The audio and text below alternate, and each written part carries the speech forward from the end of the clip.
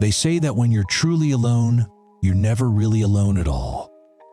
What Emma discovered that autumn evening in the old Victorian house on Maple Street would shatter everything she thought she knew about the darkness that dwells in familiar places.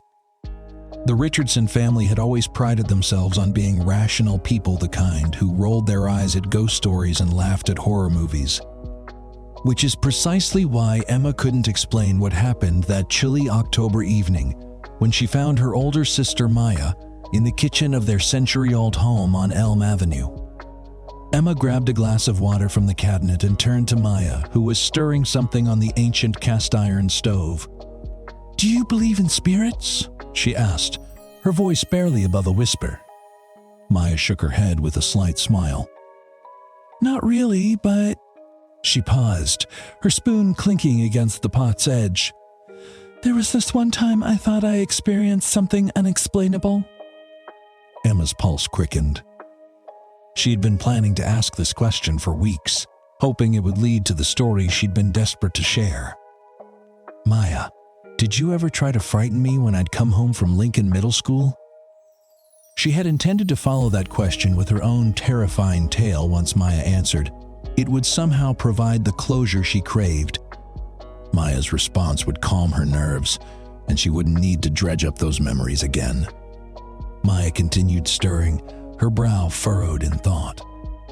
"Well, there was that one time I shot you with my foam dart blaster while you were at the computer in Dad's study." Emma's blood turned to ice.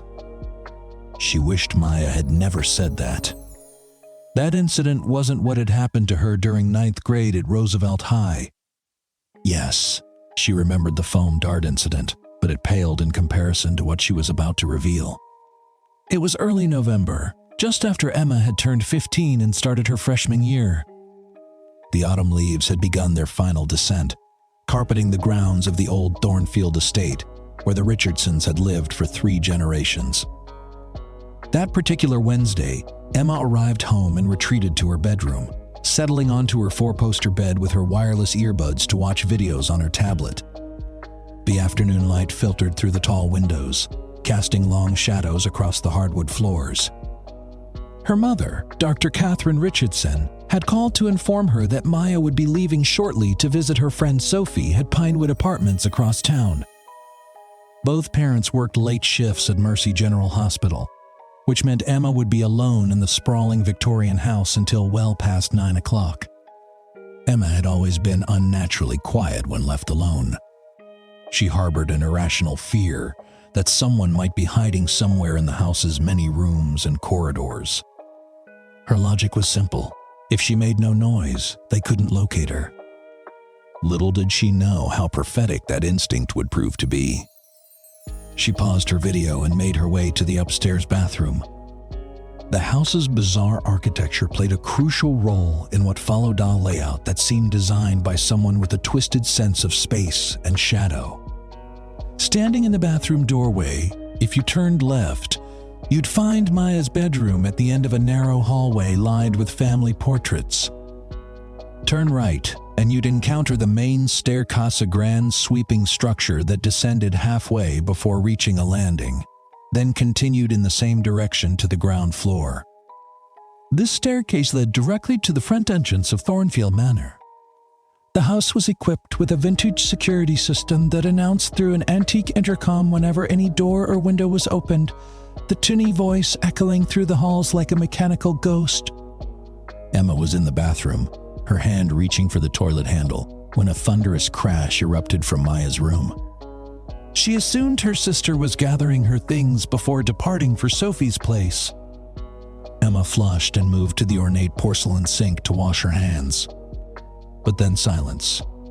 Complete, suffocating silence. The house felt different. Alive. Watching. Every instinct screamed that she was being observed, studied, hunted. Her stomach cramped with primitive fear, the kind that ancestors felt when stalked by predators in the darkness. She felt paranoid, yes, but couldn't dismiss the growing dread that coiled in her chest like a serpent. She waited, straining to hear any sound. Without her phone, she couldn't text Maya. The house phone sat on the bathroom counter, but its rotary dial would create too much noise that might give away her location. Then she heard it. Voices. Definitely coming from Maya's room. But it wasn't Maya speaking, and it couldn't be their father, who wouldn't be home for hours. The muttering was deep, guttural, and inhuman. It sent electric shivers racing down her spine, a voice that seemed to lack proper consonants, as if the speaker's mouth wasn't designed for human speech. She couldn't decipher the words, but the tone was unmistakable, malevolent. A slow, deliberate pounding began. Footsteps, but wrong, some who too heavy, too measured. They emerged from Maya's room and began their inexorable journey down the hallway toward the bathroom door. Each footfall seemed to shake the very foundation of the old house. The sounds grew closer, closer, until they stopped directly outside the bathroom door. Emma threw herself against the far wall near the tall window, her body pressed against the cold glass. If whatever was out there broke through, she could potentially escape through the window onto the roof. Fighting was impossible. She was a 90-pound freshman against something that radiated pure malice. She clamped her hand over her mouth, controlling her breathing, praying that if the thing didn't know she was inside, it might move on. The footsteps resumed, heavy and deliberate, making their way toward the staircase. She heard them pause at the landing. Then, a bone-chilling crash echoed from the middle platform, followed by another thunderous impact at the bottom. The muttering ceased. The pounding footsteps approached the front door. The door opened. "Closed." The security system's mechanical voice announced, "Front entrance activated." Emma remained frozen, unsure if the nightmare had ended. Slowly, she crept to the door and placed her shaking hand on the brass doorknob, still covering her mouth to muffle any sound. To her left, near the floor, was the laundry chute that connected to the basement laundry room. Anyone attempting to travel from the ground floor to that basement room would need at least 45 seconds to navigate the house's layout. But barely 15 seconds after the front door had closed, a vicious stabbing sound erupted from the small laundry chute door.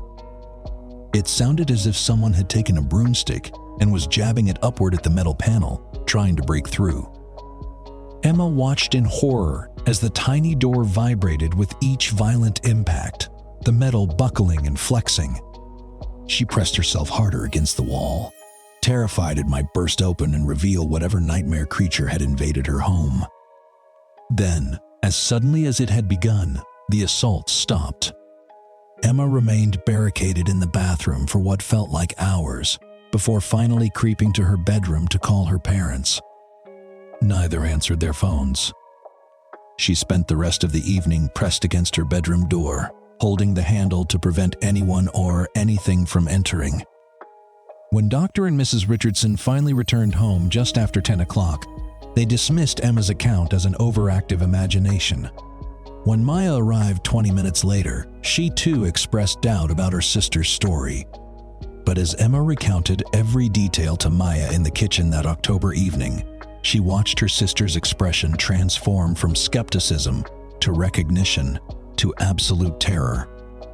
"Emma," Maya whispered, her face pale in the kitchen's dim light. "I used to hear things moving around in the attic. The access panel was in my room, and sometimes it would creak open by itself. The sisters have never discovered who or what invaded Thornfield Manor that November evening." Emma tries not to dwell on the memory, but it haunts her dreams and makes her question everything she thought she knew about the world. Some mysteries are never meant to be solved.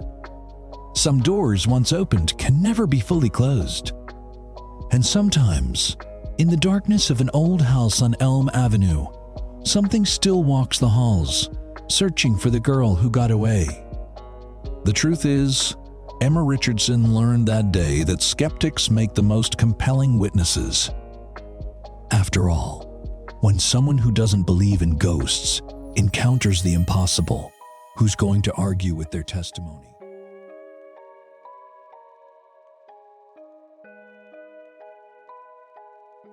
Sometimes, the most terrifying monsters are the ones living right next door.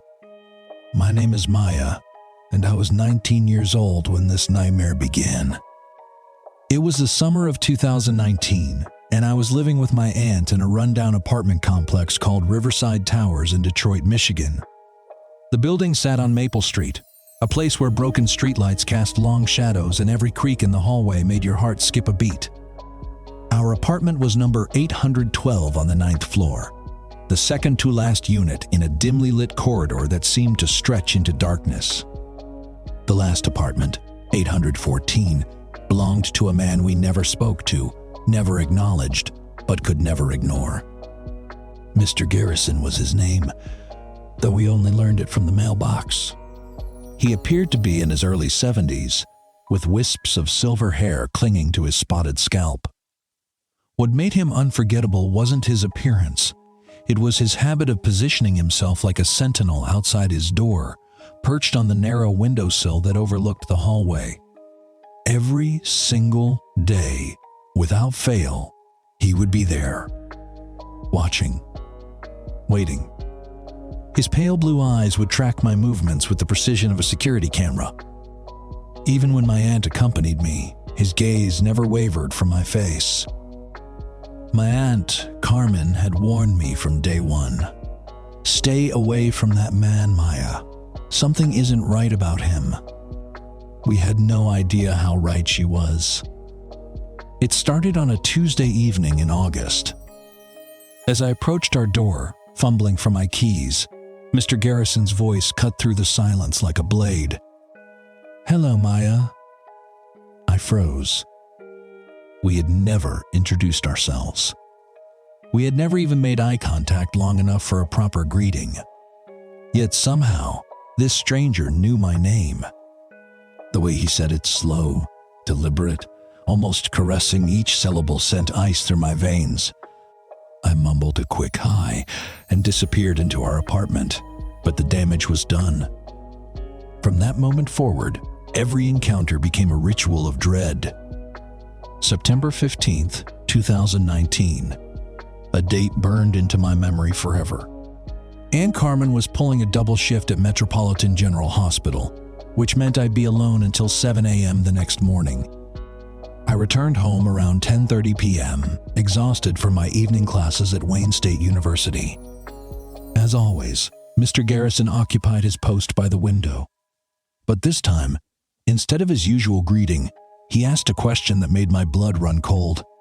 "Is Carmen working tonight?" The question hung in the air like a toxic cloud. How did he know her schedule? How did he know her name? Against every instinct screaming in my head, I found myself nodding a gesture I would regret for the rest of my life. His thin lips curved into what might have been a smile, though his eyes remained as empty as ever. He simply nodded back, a slow, knowing bob of his head that felt like a death sentence. After settling in for the night, I went through my usual routine: a light dinner, some studying, and finally a hot shower to wash away the day's stress. The bathroom in our cramped apartment was barely large enough for one person, with thin walls that seemed to amplify every sound from the neighboring units.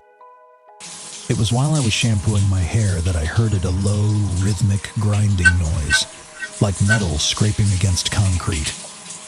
The sound was so unnatural, so out of place, that I immediately shut off the water and stood perfectly still, listening. Scrape, scrape, scrape. The noise seemed to be coming from inside the walls themselves. My heart hammered against my ribs as I quickly dried off and threw on my clothes. I had to investigate. The grinding sound led me to my bedroom, where it seemed to originate from the wall I shared with apartment 8014. I pressed my ear against the faded wallpaper, and the sound stopped abruptly, as if whoever was making it knew I was listening. That's when I saw it. A tiny pinprick of light near the baseboard, no bigger than the head of a pin. At first, I thought it might be a nail hole or a natural imperfection in the wall. But as I knelt down for a closer look, my world collapsed. A human eye was staring back at me through that microscopic opening. I fell backward, my scream caught in my throat as the full horror of the situation crashed over me. Mr. Garrison had been drilling peepholes into our apartment. He had been watching me, studying me, violating every moment of privacy I thought I had. Racing back to the bathroom, I frantically searched the shower walls until I found it another hole, perfectly positioned at eye level. The grinding sound I had heard was him creating his latest window into my life. My hands shook as I dialed on Carmen's number, my voice barely a whisper as I explained what I had discovered. Before she could respond, the pounding began. "Open this door right now, Maya." Mr. Garrison's voice had transformed from its usual calm monotone into something wild and desperate. "I didn't drill those holes. You have to believe me." His denials only confirmed my worst fears. He knew exactly what I had found, which meant he had been watching me discover his handiwork. "Call the police now," Carmen shouted through the phone. "I'm on my way." The Detroit Police Department responded within 7 minutes, a response time that probably saved my life. When they arrived, Mr. Garrison was still pounding on my door, his facade of normalcy completely shattered. Aunt Carmen arrived 25 minutes later to find our neighbor in handcuffs, facing charges of stalking, invasion of privacy, and criminal mischief. The building management at Riverside Towers evicted him within the week and billed him for the repairs to our apartment walls. But the real victory wasn't legal. It was finally being able to sleep without wondering who might be watching. We moved out of Riverside Towers 2 months later, but the experience taught me something valuable. Trust your instincts. When someone makes you uncomfortable, when every fiber of your being screams that something is wrong, listen to that voice. Sometimes the most dangerous predators are the ones who hide in plain sight, lurking just beyond your bedroom wall, waiting for the perfect moment to reveal themselves. The watchers are always there. The question is, will you see them before it's too late? What lurks in the depths of the wilderness when civilization falls away and only darkness remains? I'll never forget that chilling October night in 2019 when everything I thought I knew about the natural world came crashing down. My friend Derek, a seasoned wilderness guide and former Army Ranger, had been planning another one of his extreme camping expeditions deep into the Blackwood National Forest. At 28, Derek was obsessed with what he called authentic wilderness experiences ventures far from established campgrounds where tourists and rangers never ventured. His girlfriend Elena, a 25-year-old photographer, had joined him on several previous trips. When Derek extended a last-minute invitation to me, I foolishly accepted, curious about what drew him to these remote corners of the forest. The three of us loaded into Derek's weathered Jeep Cherokee that crisp Friday afternoon, embarking on what would become the most terrifying experience of my 31 years. The drive to our destination took nearly 4 hours, winding through increasingly desolate back roads until we reached a barely visible dirt trail branching off from Route 47. Derek seemed to know exactly where he was going, though I couldn't see any markers or signs indicating this was even a legitimate path. The Cherokee bumped and lurched along the narrow track for what felt like an eternity before Derek finally brought us to a stop in what appeared to be a completely random clearing. The silence was immediate and oppressive. No distant highway sounds, no aircraft overhead, no signs of human presence whatsoever. Derek began methodically unloading our gear. Military-grade tents, sleeping bags rated for sub-zero temperatures, MRE, medical supplies, and enough equipment to survive for weeks. When I commented on the extensive preparations, Derek simply said he was making this easy for Elena and me, a statement that would later take on sinister significance. Derek assigned us tasks with military precision. Having some camping experience from my college days, I was responsible for pitching both tents while Elena organized supplies, and Derek ventured into the surrounding forest to gather firewood. The efficiency was impressive. Within 2 hours, we had established what appeared to be a secure base camp complete with a stone-ringed fire pit. As darkness fell with unnerving speed, Derek managed to coax a substantial fire to life. The flames provided our only source of light and comfort in the vast wilderness surrounding us. We settled in around the fire with cold beers, sharing stories and memories while the forest pressed in around us like living walls. Helidor retired to her tent around 11 p.m., clearly exhausted by our adventure and perhaps weary of Derek's increasingly animated wilderness tales. Derek and I remained by the dying fire, our voices dropping to whispers out of courtesy to Elena.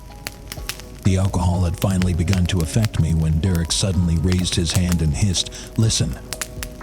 At first, I heard nothing beyond the usual forest. Ambient sounds whined through branches, the settling of cooling wood in our fire. Then I detected it. Deliberate footsteps somewhere beyond the reach of our firelight. The sound was unmistakable. Something large moving through the underbrush with purposeful intent. "Probably just a deer," Derek whispered, though his body language suggested he wasn't entirely convinced. When I nervously asked about the possibility of bears, he assured me that no bear would approach a campfire or the sounds of human activity. His certainty should have been comforting, but the way he avoided eye contact made my stomach clench with unease. The footsteps continued, seeming to circle our campsite at a consistent distance. With each passing minute, they grew incrementally louder, more distinct. Then we heard something else, a sound that made every hair on my arms stand upright. It was a rhythmic clicking accompanied by a low, guttural growling that didn't match any animal I could identify. "Is that a wolf?" I whispered urgently. Derek's face had gone pale in the firelight. Without answering, he motioned sharply toward the tents. I didn't argue. The primal terror in his expression told me everything I needed to know. Inside my tent, I lay perfectly still, straining to hear every sound. The clicking had become more pronounced, more alien. This wasn't the vocalization of any terrestrial creature I can imagine. The dying fire outside cast shifting shadows on my tent walls, and what I saw next nearly stopped my heart entirely. A massive bipedal shadow moved slowly past my tent, its proportions all wrong for a human being. The thing was enormous, easily 7 or 8 feet tall, with impossibly long limbs. Its gait was deliberate, predatory, as it moved toward Derek and Elena's tent with deliberate purpose. The footsteps were incredibly heavy, shaking the ground with each step. I pressed my hand over my mouth to stifle what would have been an involuntary scream of terror. The shadow paused directly outside Derek and Elena's tent, and I could hear something that sounded like deep, ragged breathing. Then Elena screamed. Elena's scream shattered the night, a sound of pure, animalistic terror that spoke of mortal danger. I heard Derek shouting from outside his tent, his voice cracking with panic. "Run, run, run." Without thinking, I burst from my tent to see Derek and Elena already fleeing into the forest. The three of us ran blindly through the darkness with no flashlights, guided only by desperate instinct and Derek's familiarity with the terrain. Behind us, heavy footsteps crashed through the underbrush in pursuit, maintaining a terrifying pace despite our frantic sprint. By some miracle, Derek led us directly to the Cherokee.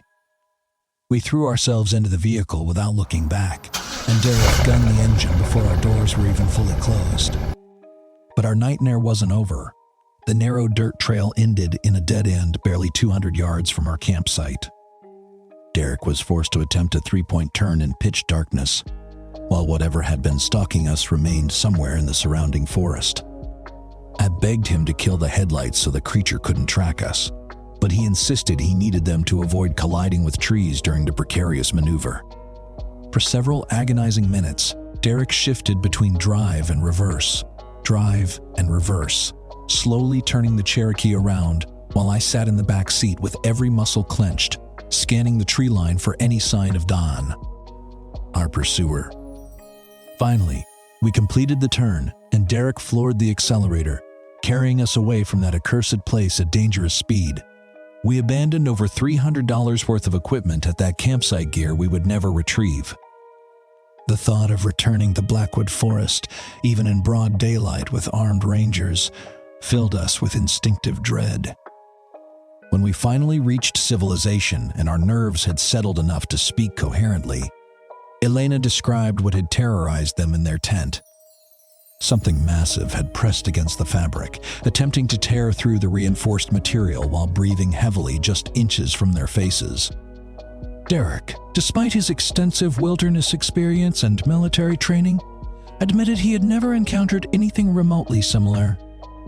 The size of the creature, its bipedal locomotion, and the utterly alien sounds it produced convinced us this wasn't human. No person could have matched the physical proportions we witnessed, and the vocalizations were unlike anything in the natural world. Years have passed since that October night, but the memory remains as vivid and terrifying as ever. Derek refuses to discuss the incident and has never returned to deep wilderness camping. Elena moved across the country shortly afterward, and we lost touch entirely.